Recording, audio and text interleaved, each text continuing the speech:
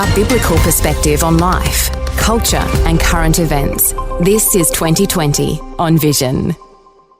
You know, the attention of the world has been focused on, it's been pointed to the nation of Nigeria in Africa.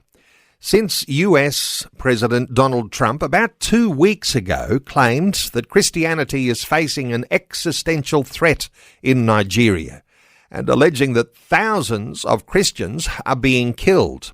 Well, over the past 12 months, reports indicate that more than 7,000 Christians have been killed in Nigeria due to religiously motivated violence. So who's to blame?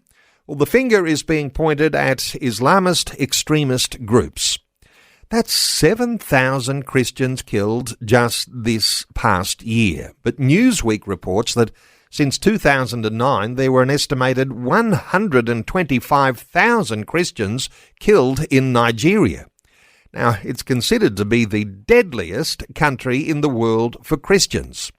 So, two very special guests joining us, frontline career missionaries from Nigeria, Kent and Ruth Hodge. They lead Christian Faith Ministries and supported by Voice of the Martyrs. They've been in Nigeria for almost 40 years. They've trained around 10,000 pastors and ministry leaders who've planted thousands of churches. And they've established hundreds of mission stations across Nigeria, Chad, Cameroon and Niger. They wrote the book called Recovering Our Planet, reflecting on enemy love, conflict resolution and creation care in crisis zones. Our absolute privilege to be able to welcome to 2020 the two missionaries, Kent and Ruth Hodge. Kent, a special welcome along to you. Thank you, Neil. And Ruth, a special welcome to you. Yeah, thank you. Good to be on the program. Hey, the two of you were in Australia last week, and I thought I'd be talking to you in Australia, and all of a sudden you're back in Nigeria. It was just a short trip this time, Kent. Yes, we had to. We popped out to Australia for some eye surgery, and as it turned out, I've got to go back to Australia in a few months. We didn't want to wait there, so we're back in Nigeria all of a sudden, and we'll return to Australia later. Ruth, just a 10-day visit this time, but no doubt there was a wonderful opportunity catching up with family. Well, we're kind of at the top of our generation, and we only got one son in Australia. The rest of our children live in UK or here with us, and our son-in-law our son happened to be in visiting his wife's family because his mother-in-law passed away. So it didn't quite work out the way it was planned. The family gatherings happen these days in Nigeria, and that happens, doesn't it? Because the two of you have been career missionaries almost 40 years now. And Ruth, if I stay with you here, as I understand it, it was your real passion and desire to serve God in a non-Western context, and you and Kent were taken to Nigeria, and you've been there a long time now. Yeah, we love Nigeria. Well, both of us knew we were called to missions before we met, and so when we got together, that's where we came, and we love Nigeria. We've been here, as you said, a long time, and God's doing amazing things here. Kent, I mentioned in the introduction, you've trained somewhere in the vicinity of 10,000 pastors, and they've planted thousands of churches in Nigeria. Can you reflect on that? I mean, we're talking 40 years of work here. That's real fruit from ministry, isn't it? Well, the first 20 years we worked in the south of Nigeria with the ministry, Nigerian ministry there. And we trained over those 20 years, 8,000 pastors. And they come from all over Africa. They're wonderful people. They have a strong passion for the ministry, so it's a real honor to work with them. And then in 2007, January, we started a new ministry up in the north, among the Muslim regions, the north of Nigeria. And so by God's grace, we've trained thousands more so far up here. We're working with a great team of Nigerian leaders. And at the moment, we have 460 full-time staff. The ministry has really developed during this period of terrorism since 2009, Christmas. It's all started here. So we've had a lot of violence, and since those times, which God has developed our response in different ways. So we have a lot of departments now in the ministry reaching out to terrorist survivors and reaching out with the gospel. You're based in Jos, in Plateau State in Jos, Nigeria.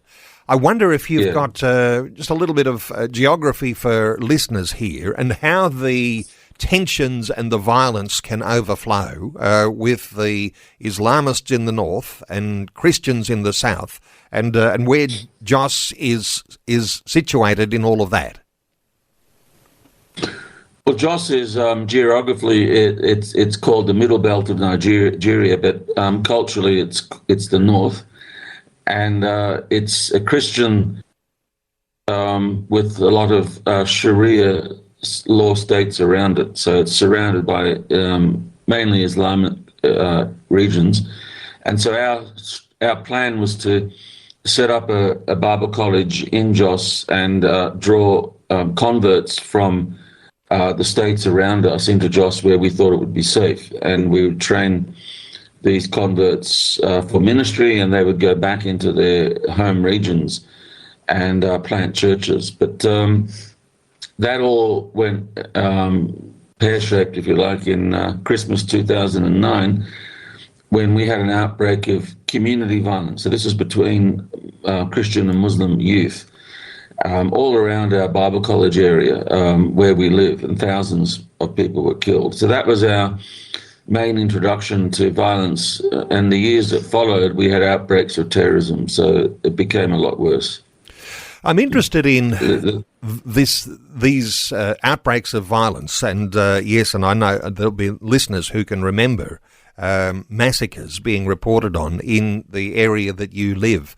I'm interested in just the politics for a few moments here, because sometimes the leadership, the president changes in Nigeria, and whoever is in power tends to favour one side or another. Your current president in Nigeria is Bola Ahmed Tinubu, and the interesting thing that I picked up there, and I'm standing to be corrected by you, but Tinubu is Islamic, and his wife is a Christian pastor. Their marriage supposedly reflecting some level of tolerance. If I come to you first, Ruth, is this something that you can see operating throughout Nigeria, where what's happening at the top end influences the way people are in relation to one another, whether it's violence or whether it's peace? I wouldn't say the president has a lot of influence on the country in terms of social influence. I don't want to get into politics too much, but there is a coexistence of Muslims and Christians. It's not all violence. We get on very well with our Muslim neighbours, and that allows us to live the gospel before them, and many people get saved like that. In fact, just while I was in Australia, I was putting together a whole lot of testimonies of Muslim converts. There was, I think it was 38 that I had, just people who joined our Bible school this semester. And maybe half of those converts, their testimony was that they received kindness from Christians. They're Muslims, they received kindness from Christians, and that made them think, why aren't Muslims kind to me like this? Why is it Christians who are kind to me? And they asked the question, and the answer is, well, that's what our Lord commanded us to do. He told us to love our neighbours. And that's the seed that got those people saved. You know, Kent, I mentioned the book that you and Ruth wrote, Recovering Our Planet, and I was very surprised as I was writing down the title, reflecting on enemy love.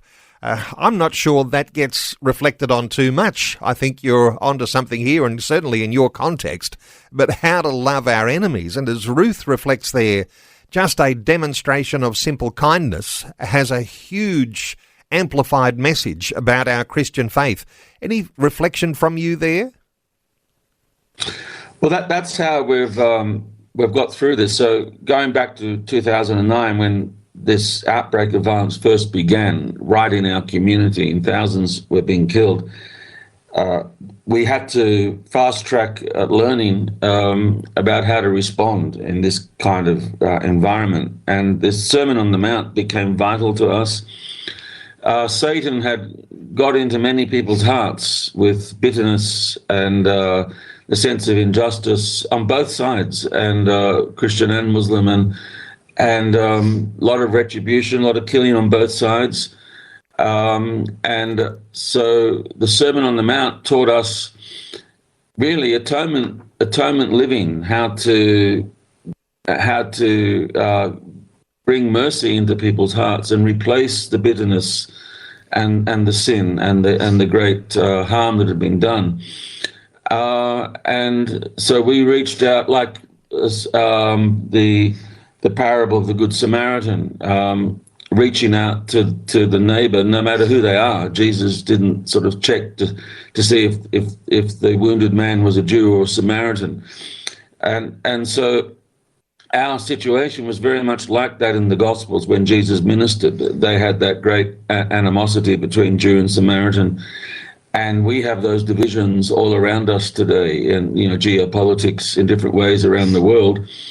And we had to make a vow. We had to, first of all, get to know our Muslim neighbors, which we were estranged from them, alienated, just like the Jews and the Samaritans in the Gospels. And we had no dealings with Muslims. So we began to preach like the good Jew on the road, the good Muslim on the road to Jos. We updated Jesus' parable, and it didn't go down too well sometimes in Christian circles to begin with. But this sort of thing, and not just us, but others were doing this as well, and it really changed our hearts. The teachings of Jesus really healed our nation in a wonderful way, starting with where we live. Simple acts of kindness can build a bridge between enemies. Hey, let me ask you about the Donald Trump attention to the issues that are going on in Nigeria, the thousands of lives that have been lost. He's threatened the possibility even of military action, US military, preparing to go guns a-blazing in Nigeria. Do you take that seriously when you hear those sorts of things reported? Well, it came as a surprise to us. The first I heard of this was through a late-night comedian in America commenting on the situation in Nigeria as if he was concerned, and that surprised me because he's not the sort of person I would have thought would have been concerned very much. So I thought this was some kind of a media campaign, and I didn't know the reasons for it because Nigeria had a lot of violence. It's a lot better now than it used to be. Going from 2010, 11, 13, Boko Haram attacked our city for 3 years, Jos, back in 2013, 14, 15, somewhere around there, and it was horrendous. We lived through hell for many years, and even after that, and with other Fulani terrorism around, cattle herder terrorism around us, and it was many people have killed. It's been terrible, but this year we've seen great improvement, really. Since the election of Donald Trump, we've seen a lot of drying up of terrorist funding. We could see that through USAID and so on. A lot of unaccounted money has dried up in foreign circles now. So I think that's one of the reasons that terrorism has improved here significantly during this year. I'm not sure the reasons for this current campaign in America. I think probably people are in it with mixed motives. I think Donald Trump has a good heart, and his real motives aren't always apparent. But I think he wants to work with Nigeria on a peaceful basis for the well-being of this country, and we're happy about that. Life, culture, and current events from a biblical perspective. 2020 on Vision. Two very special guests staying up. It's somewhere in the vicinity of 2 a.m.-ish in Nigeria. Kent and Ruth Hodge, they lead Christian Faith Ministries in Nigeria, supported by Voice of the Martyrs. We are talking about the Nigerian context, all of the violence and even the threats now from Donald Trump to send in US forces, guns a-blazing, to help protect Christians, and getting some insights here from our special guests. Just before we take things a little bit further, though, let's take a call from a listener. Alex is calling from Melbourne. Hello, Alex. Welcome along. What are your thoughts? Oh, yes, and Kent and Bruce. It's really confirming the word of God, as it says, not by might, nor by power, but by my Spirit, saith the Lord of hosts. Hallelujah. Wonderful stuff, Alex. And, you know, if I'm reflecting on these sorts of scriptures and what they might mean to you when you're in the context and perhaps in the middle of the violence, Ruth, have you got a thought here for Alex? Yeah, well, the might and the power of God comes through His Spirit, like you said, and God's in the business of rescue, and that's what He asks His people to do, and that's what we're involved in. And definitely that has to be Spirit-led. You can make a lot of false steps, thinking you're doing God's will, but not following His word, and that can be such a mistake. Alex, anything further to add? Oh, well, John the Baptist also says, he's, in my words, he's from above. Who is from above is from above. We're from the ground. I mean, you know, you can't compare God's ways with our ways. We just have to stick to God's word. Alex, thank you so much for a good contribution today on 2020. And our talkback line is open on 1800 316 316. You can send us a text on 0447 488 316. Let me come to you, Kent, around the sorts of threats that you and Ruth, as you have described, you've been in the middle of. You've said there were some terrifying years. There might be a little bit of a reprieve you're feeling right now, but some of the groups that you're dealing with there in Nigeria, you know, staging violent insurgencies and targeting civilians and government institutions and churches. No doubt there's a lot of burning of churches and those things. Which groups do you think are the most aggressive, are the most terrifying in that sense? Well, it's all been terrifying. So we've had different experiences. The initial, as I said, in 2009 in Christmas, the initial experience was community-led. So, it wasn't really a terrorist organization. There might have been outside influences behind it. There are things you don't see that don't get onto the media, and that are orchestrating things like this. But it looked like it was just community violence. That was terrifying, and as I said, it was on both sides. We later on we were ambushed in a terrorist attack. I was traveling with some of our staff, and our leader, our team leader, Nigerian man, was shot and killed during that ambush, and. All the hundreds of people came to my office to commiserate, and among them were Muslim elders that we had made relationships with since the violence started. And I asked them to take me to the Muslim community, and only a mile up the road, but I was never gone there. No Christian could go there, really. It was too dangerous. But I went with the Muslim elders, and I saw about 600-700 houses burnt down, and they were Muslim houses. And really, I had no idea that had happened. In the media outlets and so on, you only heard about the Christian homes burnt and killed, but it happened on both sides, and so it was very sobering. You really you go through a lot of trauma.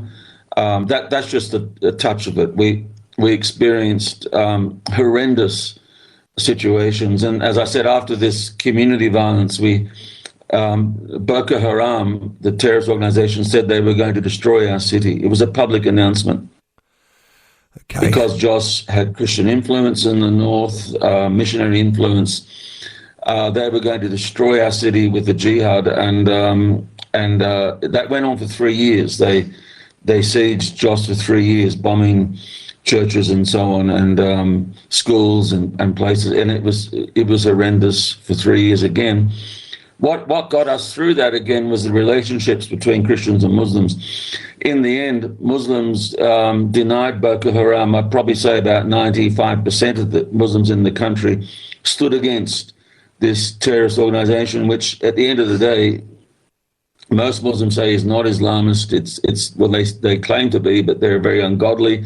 Most Muslims would reject their ungodliness and what their deeds were. And Christians and Muslims ultimately stood together in Nigeria. And that is one of the main reasons why terrorism was defeated in this country, because they weren't able to spread the hatred in the hearts of the people in the end.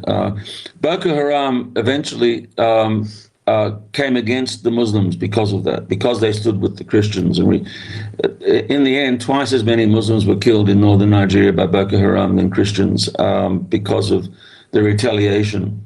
So our relationships are very important. Really, that's what Jesus used to deliver us in many ways. It's a dimension of the extremism we don't often get to talk about, do we? Because you have extremists who will turn on their own kind, moderate Islamists, because they've stood with Christians. So just standing up for peace and harmony for a community can lead to this sort of violence, and Muslims attacking Muslims is not something we often think about, but that's the reality of it. Yeah, so there's a lot of surprises when you go into things like this.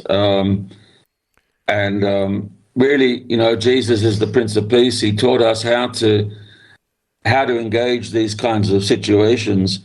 As I said earlier, we had no relationships with Muslims, and that all changed during this violence. Wonderful. We got into close contact, and we found many Muslims that would stand up for the gospel. We had peace conferences, large-scale peace conferences with hundreds of Muslims attending and even preaching the gospel, these Muslims often, and spreading the gospel. Many things the Lord did in their hearts shocked us. Let me come to you here, Kent, because when you've got Donald Trump threatening possible military action, even suggesting the Pentagon prepare to go in guns a-blazing, you suggest that that might not even stem the violence because there's something deeper here. Do you think that when Donald Trump makes that sort of threat, he's thinking about economics and politics, and there's a religious dimension that he might be missing? How do you reflect on those things, Kent, the religious dimension in the formation of some of the violence in Nigeria? Well, I don't always take Donald Trump at face value when he says things like this. I think his aim is to work with African nations for the good of the continent here. We've seen this happen in Congo. In Congo, for 30 years, we've seen terrorism that's related to resource extraction, and 5 million people have been killed in Congo. And so in recent years, I've followed this as Donald Trump led efforts there to bring peace in Congo with Rwanda, to stop the terrorism, and to bring in legitimate mining operations in Congo that would process the materials within Congo. So a lot of this terrorism is related to resource extraction from the country, also foreign interests behind it. What Donald Trump achieved with others in Congo was something that's very much for the well-being of Congo. Mineral mining resources are now to be processed within Congo. And this will bring wealth and industrialization to Congo. This is one of the issues that Nigeria needs. And so peace brings wealth and industrialization to the nation. It's a win-win situation. It's not just for America. Donald Trump's it's not a selfish thing here. but we're dealing with a lot of enemies, and the strategy is not always apparent on the surface. So pressure internationally when a Donald Trump makes a threat.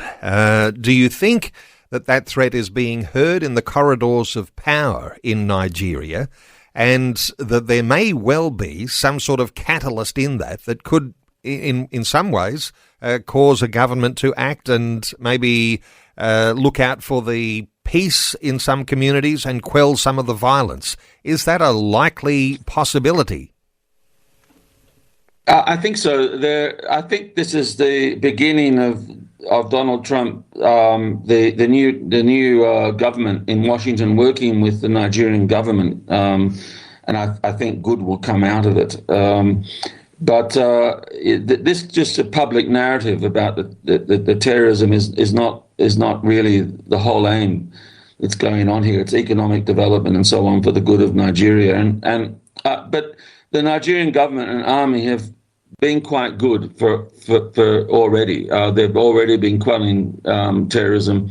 It's very difficult. The country is very big, and the economy is very poor, and that's one of the reasons it's been so difficult. It's the economic downturn of this country that's made it difficult for security forces to operate.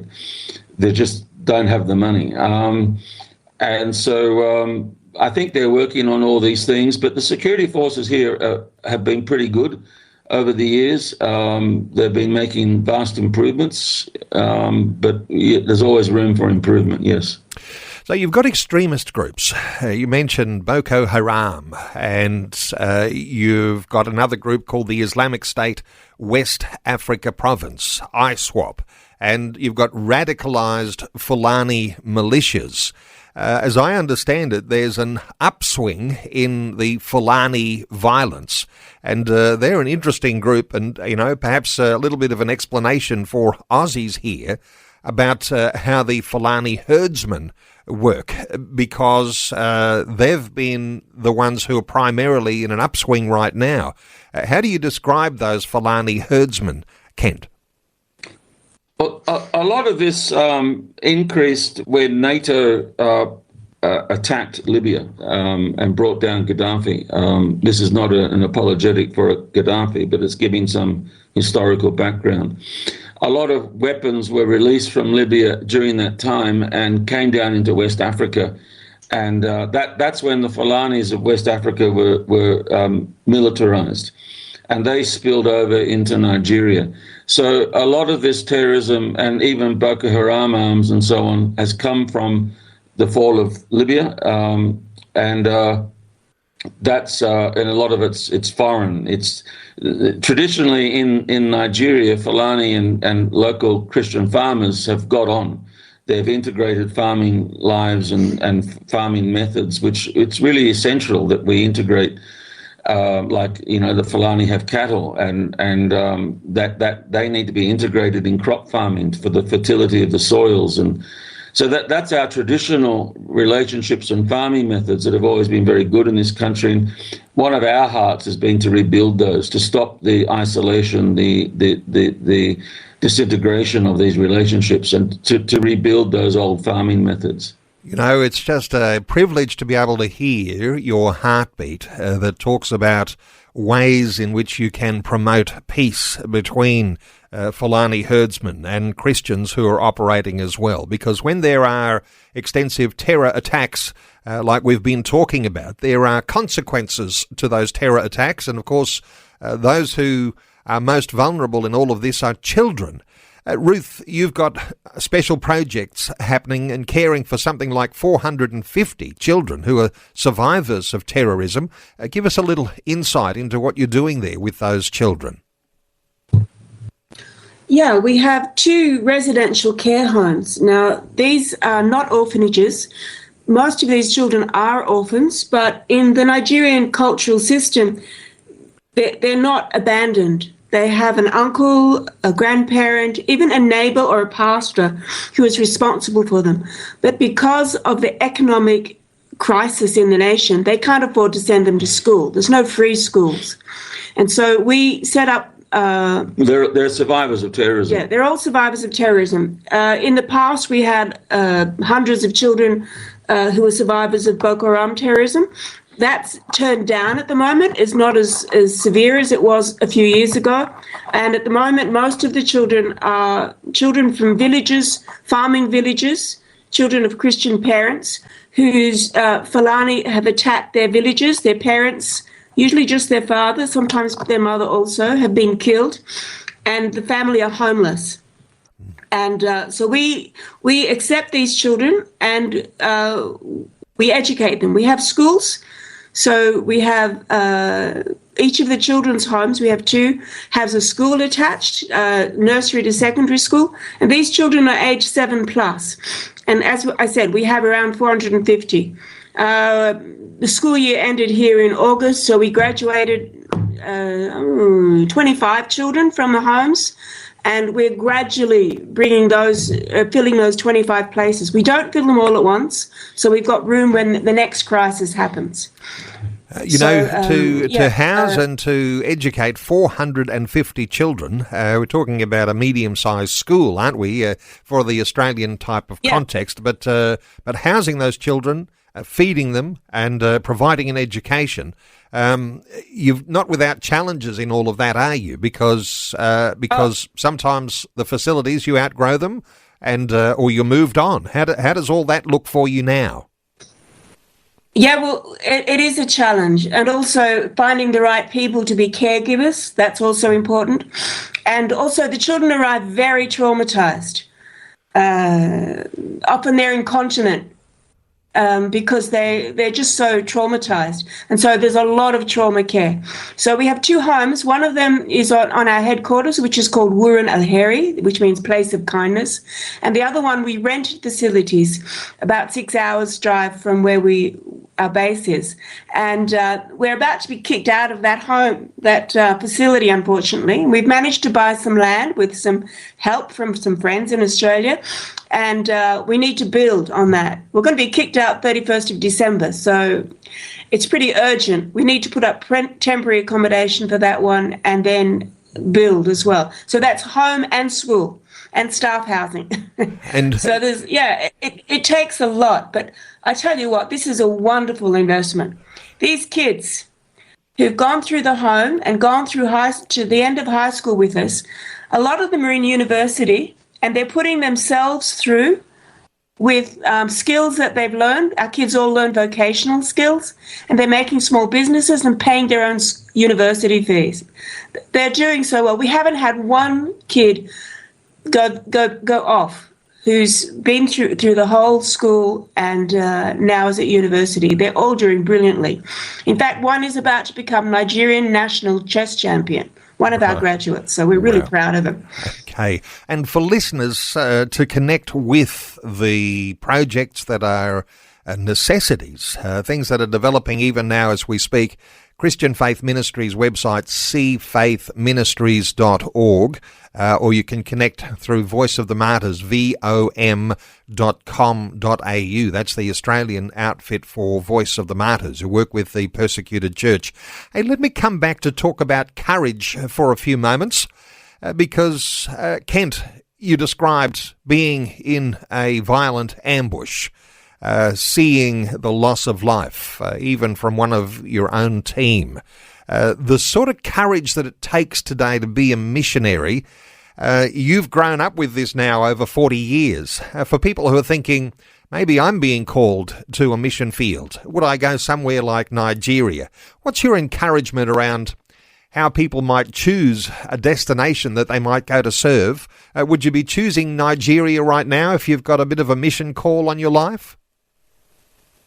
Well, the fruit for the gospel here is tremendous. So it's one of the things we've been reflecting on this week. When Boko Haram announced that they were going to destroy our city, it was a public announcement. They were going to destroy Jos because it was a mission center. But we have now more missionaries going out from Jos than ever before in Nigeria's history. So if Satan was having a debriefing session with his demons, I don't think it would be going very well. how are your strategies being, Satan? Well, we've had all these strategies over the last 20 years. Well, how's it looking? Well, he'd have to admit that we have many more missionaries of the gospel in northern Nigeria now than ever before. So that would be a bit of a discouraging debriefing.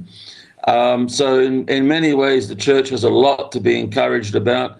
There's a huge ripeness for the gospel. We go into thousands of villages ourselves, our Christian Faith Ministries, and also our graduates from we have a Bible college with 1,000 training pastors in it at the moment, and we go into thousands of villages. Everywhere we go in these terrorist regions, there is a huge response to the gospel from people of all backgrounds. It's just like the fruit is on the tree, and it's just ready to pick. And you got to get to it before it falls off the tree and gets rotten. So there's it's a great gospel opportunity at the moment in this country. Time is of the essence, and there's not a minute to waste, is what I can hear you say when you're training thousands of pastors. But as I understand it, with the size of the growth of Christianity across all of Africa, but certainly sub-Saharan Africa, where the numbers of Christians has grown to